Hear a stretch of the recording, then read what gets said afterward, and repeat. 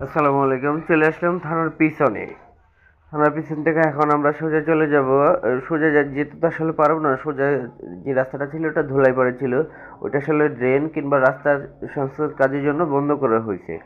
এখন আমরা চলে যাব হচ্ছে ডান দিকে, সেই রাস্তাটার ডান দিকে আপনি যেতে পারেন মোড় ঘুরে, যেটা যেহেতু সোজা যেতেন আপনি ধুলাইপাড় কিংবা জুরাইন পুস্তকালয় যেতেন, সেটা আপনি যেতে পারবেন না।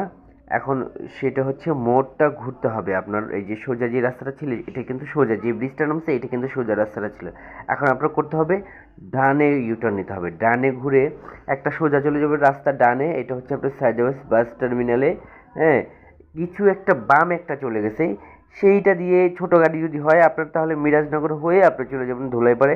আর যদি বড় গাড়ি হয় তাহলে আপনার দয়াগঞ্জ মোড় হয়ে তারপরে হচ্ছে আপনার চলে যেতে হবে ধুলাইপাড় কিংবা জোরেন পুস্তকালয়ের দিকে।